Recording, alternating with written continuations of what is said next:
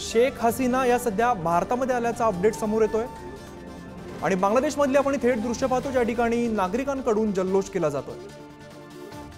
बांगलादेशच्या पंतप्रधान शेख हसीना यांनी पंतप्रधान पदाचा राजीनामा दिलेला आहे आणि यानंतर बांगलादेशमध्ये मोठ्या प्रमाणात जल्लोष केला जातोय। त्या ठिकाणची आपण दृश्य पाहतोय।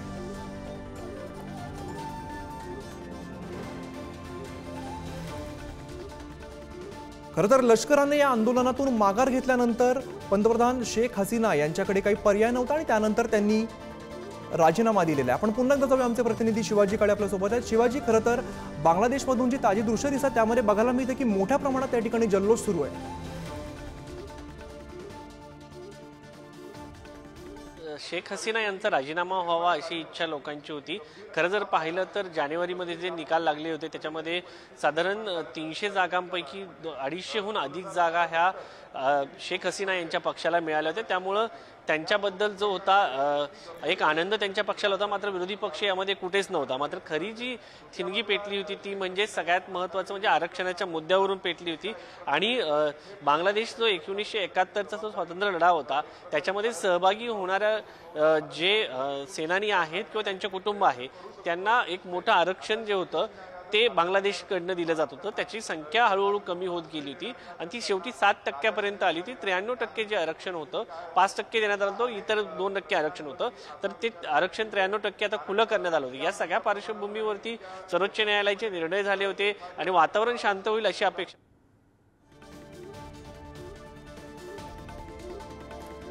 निश्चित तर बांगलादेशच्या पंतप्रधान शेख हसीना यांनी पंतप्रधान पदाचा राजीनामा दिलेला आणि त्यानंतर शेख हसीना या भारतामध्ये दाखल झालेल्या आहेत। बांगलादेशमधल्या अस्थिर परिस्थितीमुळे हा निर्णय त्यांनी घेतलेला आहे। खरं तर लष्कराने आंदोलनातून माघार घेतलेली आणि हे आंदोलन हाताळता न आल्यामुळे पंतप्रधान शेख हसीना यांनी राजीनामा दिला आणि त्यानंतर त्या भारतामध्ये दाखल झालेल्या आहेत। राजीनामा दिलेला आणि यानंतर आता सत्ता जी आहे ती लष्कराच्या हातात जाण्याची शक्यता आहे। हे नेमकं प्रकरण काय ते आपण ग्राफिक्सच्या माध्यमातून पाहूया। बांगलादेशात 1971 मध्ये स्वातंत्र्यानंतर 80% कोटा प्रणाली लागू करण्यात आली होती।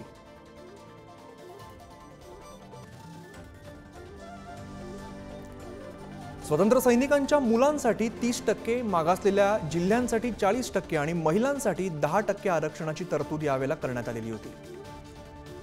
2018 मध्ये 4 महिन्यांच्या विद्यार्थ्यांच्या आंदोलनानंतर हसीना सरकार यांच्याकडून कोटा प्रणाली ही रद्द करण्यात आली।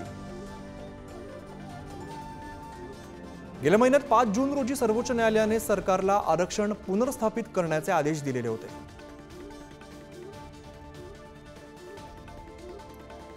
त्यामुळे विद्यार्थ्यांमध्ये संतापाचं वातावरण बघायला मिळत होतं।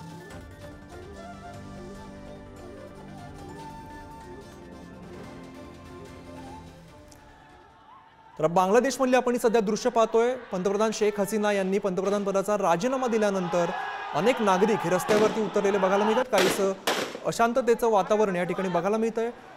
पोलीस फौजफाटा असेल, आर्मी असेल, हे सुद्धा आपल्याला रस्त्यावरती बघायला मिळतंय। जमाव पांगवण्यासाठी गोळीबार झाल्याचं सुद्धा आपल्याला बघायला मिळतोय। मोठ्या प्रमाणात हिंसाचार खरं तर या ठिकाणी आता आपल्याला बघायला मिळतोय। खरं तर या ठिकाणी आंदोलन सुरू होतं आणि या आंदोलनामुळे मोठ्या प्रमाणात हिंसाचाराला सुद्धा सुरुवात झालेली होती। बांगलादेशच्या काही महत्त्वाच्या ठिकाणची आपण दृश्य पाहतोय। दवाखान्यांमध्ये सुद्धा मोठ्या प्रमाणात जखमींची गर्दी बघायला मिळते। तसंच सैन्याला सुद्धा वेळोवेळी यावेळेला हस्तक्षेप करावा लागला होता आणि यानंतर मोठ्या प्रमाणात हिंसाचार सुद्धा बघायला मिळाला। पुन्हा एकदा जाऊया, आमचे प्रतिनिधी शिवाजी काळे आपल्या सोबत आहेत। शिवाजी, बांगलादेशमध्ये हिंसाचार सुद्धा तितक्याच प्रमाणात सध्या बघायला मिळतोय।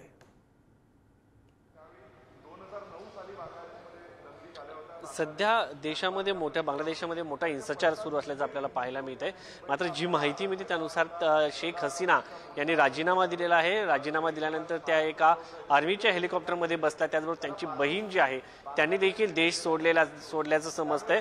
मात्र यांचं शेख हसीना यांचं हेलिकॉप्टर नक्की कोणत्या देशाच्या दिशेने झेपावलं हे अद्यापर्यंत समोर नाही, पण जी माहिती मिळत आहे शेख हसीना आणि भारत म्हणजे बांगलादेश आणि भारताचे संबंध अत्यंत चांगले आहेत आणि सलग चौथ्यांदा त्या पंतप्रधान म्हणून निवडून आल्या होत्या।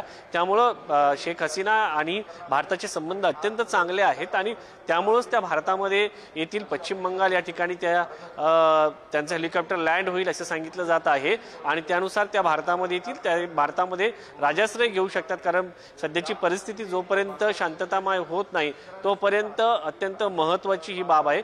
दुसरा मुद्दा हा आहे की भारताला देखील बांगलादेशच्या शांततेसाठी प्रयत्न करणं अपेक्षित आहे आणि भारत त्यासाठी प्रयत्न करेल, कारण बांगलादेशमध्ये अशी परिस्थिती निर्माण होण्याची शक्यता व्यक्त केली जात होती।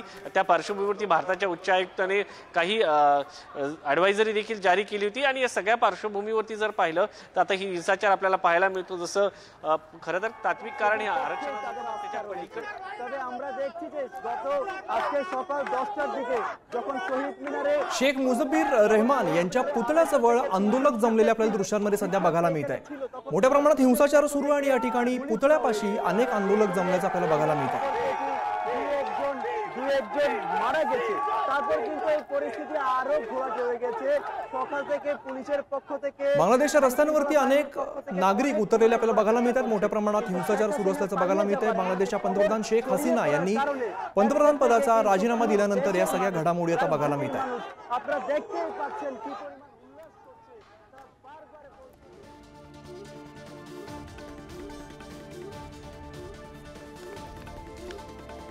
रस्त्यावरती मोठ्या प्रमाणात जमाव आल्याचं आपल्याला बघायला मिळते। बांगलादेशच्या पंतप्रधान शेख हसीना यांनी पंतप्रधान पदाचा राजीनामा दिल्यानंतर बांगलादेशमध्ये अस्थिर परिस्थिती निर्माण झाल्याचं आपल्याला बघायला मिळतंय। गेल्या काही दिवसांपासून बांगलादेश आरक्षणाच्या मुद्द्यावरून या ठिकाणी प्रचंड हिंसाचार सुरू होता आणि या पार्श्वभूमीवरती शेख हसीना यांनी राजीनामा दिलेला आहे।